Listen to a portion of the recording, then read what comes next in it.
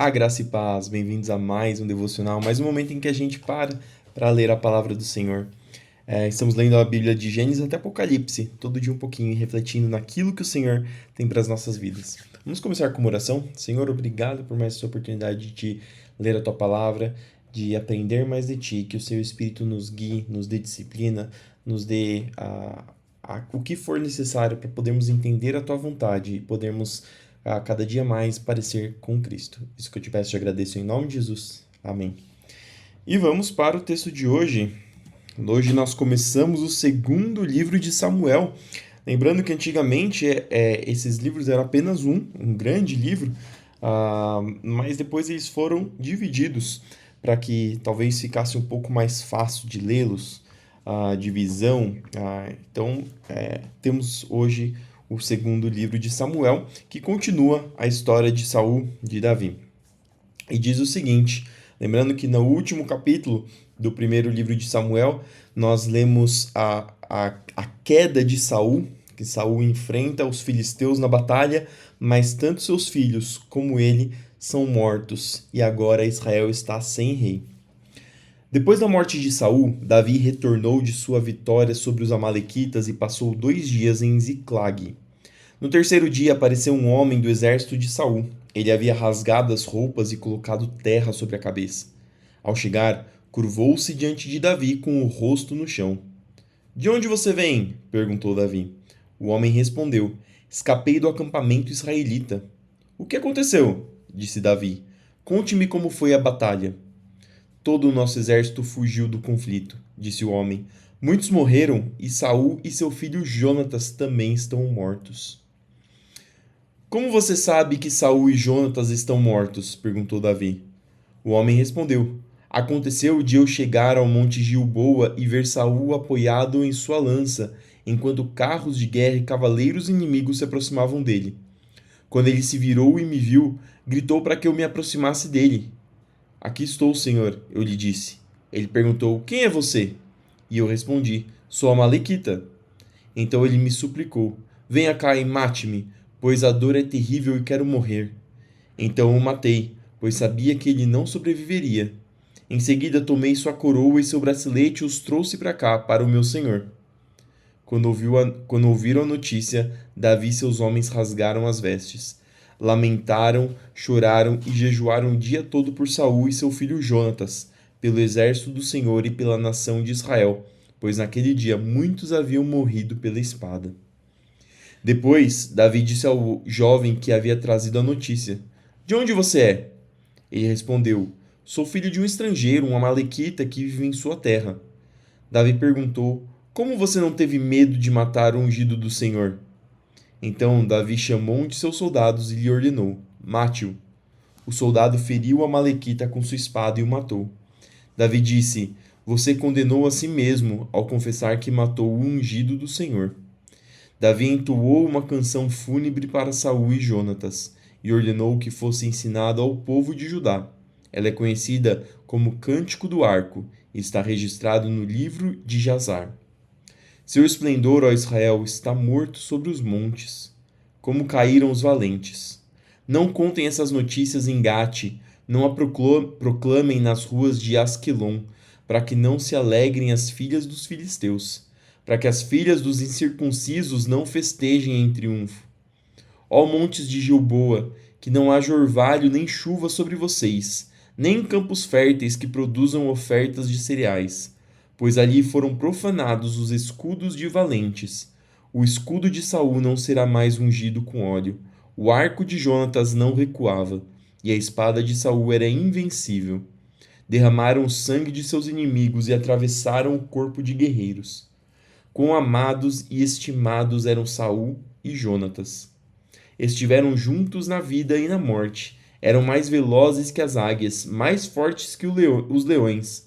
Ó filhas de Israel, chorem por Saul, pois ele as vestia com finos trajes vermelhos, com roupas adornadas de ouro. Como caíram os valentes na batalha. Jonatas está morto sobre os montes. Como choro por você, meu irmão Jonatas. Quanto eu o estimava. Seu amor por mim era precioso mais que o amor das mulheres. Como caíram os valentes. estão mortos, despojados de suas armas. Depois disso, Davi perguntou ao Senhor: Devo voltar para alguma das cidades de Judá? Sim, respondeu o Senhor. Então Davi perguntou: Para que cidade devo ir? Para Hebrom, disse o Senhor. Então Davi partiu com suas duas esposas, Ainoã e Jezreel, e Abigail, a viúva de Nabal, do Carmelo, e também com os homens que o acompanhavam e suas famílias. Eles se estabeleceram nos povoados vizinhos a Hebrom. Então vieram os homens de Judá e ungiram Davi, rei do povo de Judá. Quando Davi soube que os moradores de Jabes de Gileade haviam sepultado Saul, enviou-lhes a seguinte mensagem: Que o Senhor os abençoe por terem sido tão fiéis a Saul, seu senhor, e lhe terem dado um sepultamento digno. Que em troca o Senhor seja fiel a vocês e os recompense com sua bondade. E eu também os recompensarei pelo que fizeram.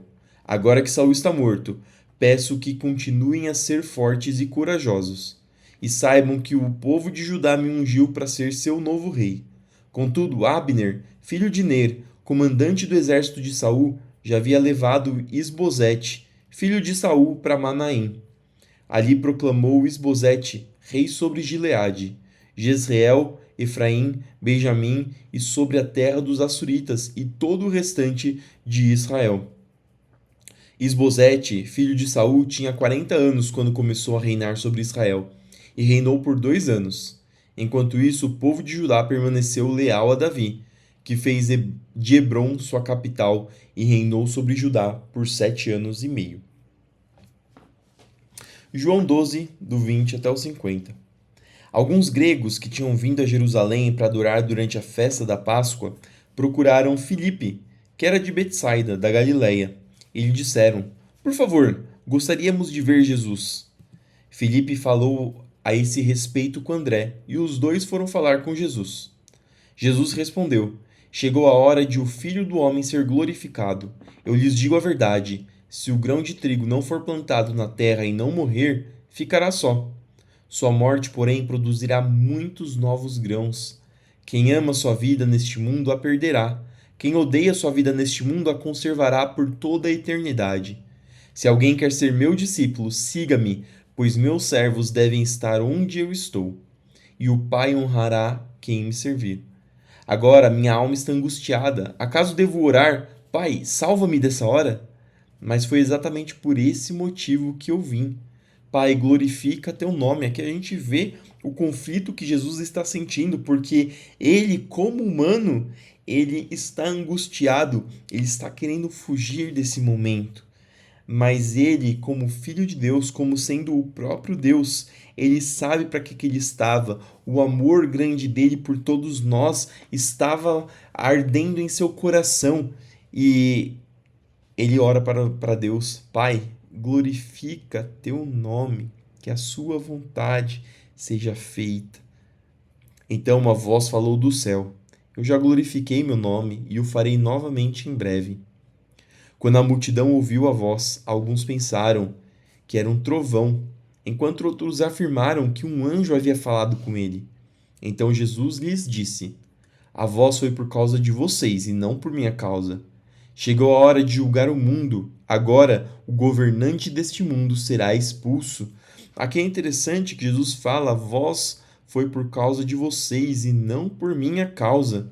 Aqui Jesus, ele conhece as vontades de Deus. Deus fala diretamente com ele, mas Deus, ao mesmo tempo, ele está testificando que Jesus era o Filho de Deus. Através do quê? Através dos milagres que Jesus fazia e através dos momentos sobrenaturais que aconteciam. Por exemplo, a voz que escutaram. Essa voz não era para confortar Jesus, porque Jesus conhecia Deus, Jesus conhecia a vontade de Deus, Jesus falava com Deus em suas orações em todos os momentos, mas todo o plano que Deus tinha para a humanidade também consistia em a humanidade entender que Deus estava trazendo a salvação para eles, para que eles pudessem crer em Jesus, crer na morte de Jesus e futuramente entender que tudo aquilo tinha sido plano de Deus.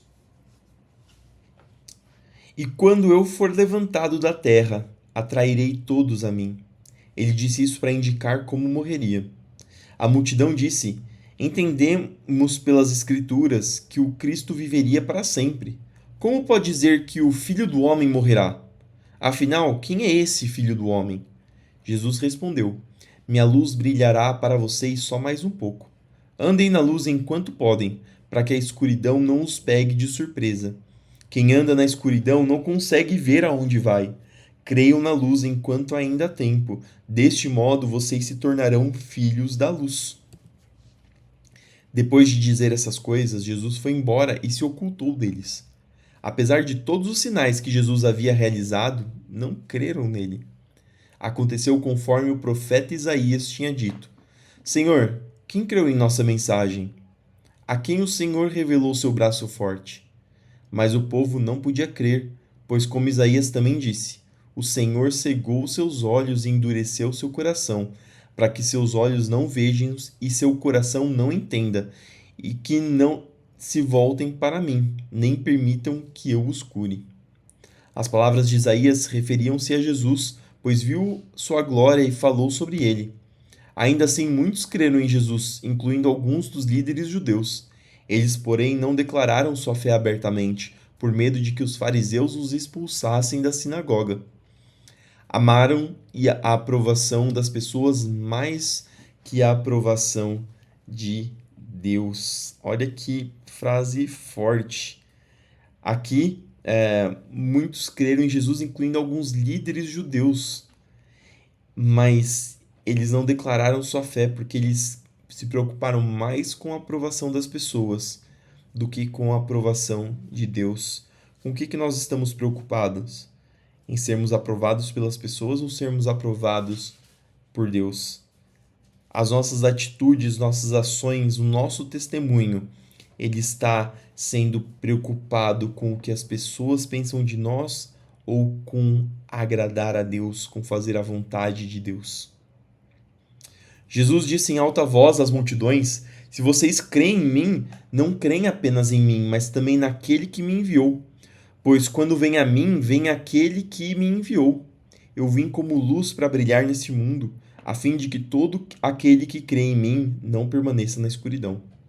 Não julgarei aqueles que me ouvem, mas não me obedecem, pois vim para salvar o mundo e não para julgá-lo.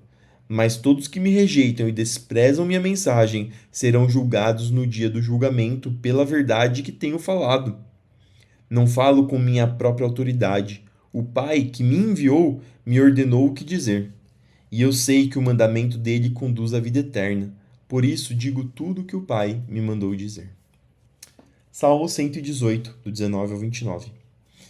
Abram para mim as portas por onde entram os justos. Entrarei e darei graças ao Senhor. Essas portas conduzem à presença do Senhor e os justos entram por elas. Eu te dou graças porque correspondeste à minha oração e me deste vitória. A pedra que os construtores rejeitaram se tornou a pedra angular, e aqui é um dos versículos que fala sobre Jesus. A pedra que os construtores rejeitaram se tornou a pedra angular, aquela pedra aonde a pedra angular é aquela pedra, era uma pedra que em construções ela era bem grande e utilizava para apoiar, para dar lastros a todo o restante da construção. E Jesus é considerado como uma pedra angular, porque da mesma forma os seus ensinamentos, aquilo que ele fez, aquilo que ele ensinou, é considerado como um fundamento para a nossa fé. Nós podemos nos apoiar em Jesus, ele é a rocha que permite que nós nos apoiemos firmemente nele. Isso é obra do Senhor e é maravilhosa de ver. Este é o dia que o Senhor fez, nele nos alegraremos e exultaremos. Ó Senhor, por favor, salva-nos. Ó Senhor, dá-nos sucesso. Bendito é o que vem em nome do Senhor. Nós os abençoamos da casa do Senhor. O Senhor é Deus e resplandece sobre nós.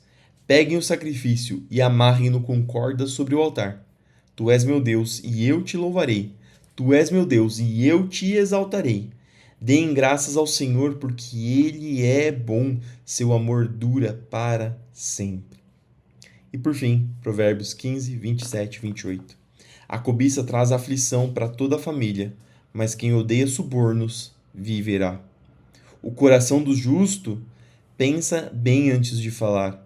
A boca dos perversos transborda de palavras maldosas. Como que estão suas palavras? Você está pensando bem antes de falar? Ou você solta palavras que depois fazem com que você se arrependa? Estamos sendo justos ou estamos sendo perversos? Como está o nosso coração? Que a gente possa se encher mais, cada dia mais de Deus, para que o nosso coração seja justo, para que a nossa boca fale aquilo que edifique as pessoas, para que o nosso coração não tenha maldade e não transborde palavras que vão a trazer tristeza, trazer a destruição na vida das pessoas. E essas foram as palavras que tínhamos para hoje. Espero que elas entrem no seu coração, que façam morada na sua vida. Vamos orar. Senhor, obrigado por mais esse dia, por mais essa oportunidade de estudar a tua palavra. Que os teus servos sejam abençoados, recebendo conhecimento, sabedoria e entendimento de ti, do teu Espírito Santo. Abençoe o nosso dia para que ele possa ser um dia abençoado de trabalho, de estudo, com as nossas atividades, para que o Senhor vá à nossa frente vencendo as nossas batalhas. Senhor, abençoa aqueles que estão doentes, aqueles que estão nos hospitais, aqueles que estão, Senhor, precisando de recuperação, para que o Senhor estenda sua mão, para que o Senhor traga cura, recuperação, seja por meio dos médicos, seja por meio das suas mãos poderosas de um milagre que fará com que a pessoa testifique sobre o seu poder. Senhor, mas nós pedimos para que o Senhor traga saúde para o teu povo, para que nós possamos estar firmes e fortes para pregar a tua palavra, para fazer a tua obra. Senhor, nos dê força, nos dê, Senhor, ousadia, nos dê capacidade para que nós não desonremos o teu nome quando nós o servimos. Senhor, traga o sustento. Senhor, tira toda a barreira, abra portas para que nenhum dos seus filhos possam passar necessidade, para que nós possamos sempre estar, Senhor, sendo guardados e cuidados por Ti. Senhor, continua conosco nesse dia, para que nós possamos continuar Te louvando, para que nós possamos continuar lutando contra o pecado, para que nós possamos continuar proclamando a Tua palavra. Que o Senhor esteja conosco. Isso que eu te peço, te agradeço em nome de Jesus. Amém. Que Deus te abençoe, que tudo que você fizer nesse dia prospere. Não se esqueça de que tudo que nós fizermos tem que ser para a glória do Senhor. Fique com Deus e até amanhã para mais um devocional.